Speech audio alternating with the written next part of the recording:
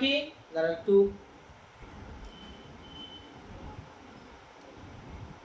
তিলক করলাম, ধারাবাহিকজিও করে নিলাম।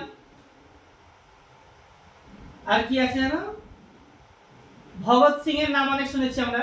ভগৎ সিং 1931 খ্রিস্টাব্দে 24 তারিখে মার্চ মাসে তো ফাঁসিতে ঝোলানো হবে বলেছিলাম।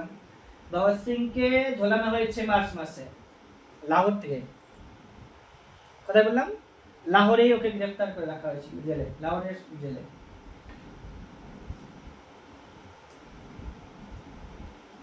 এখানে খুব সহজ ঘটনাগুলো ছিল যেগুলো আমরা পড়ে নিয়েছি।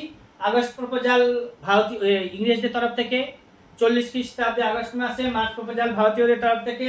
Youngest chairman of Indian national Congress বলে দিলাম, পড়ে নিলে তোমরা। তারপরে হচ্ছে 14 দফা দাবি ছিল কার? 14 দফা দাবি হচ্ছে মোহাম্মদ আলী জিন্নার, তাই না? করাচি সেশন হয়েছিল 1931 খ্রিস্টাব্দে। ফান্ডামেন্টাল রাইট আর ডিপিএসপির উপর আলোচনা করা হয়েছে। বিনয় বাদল দীনেশের ঘটনাটা 1930 খ্রিস্টাব্দে হয়েছিল।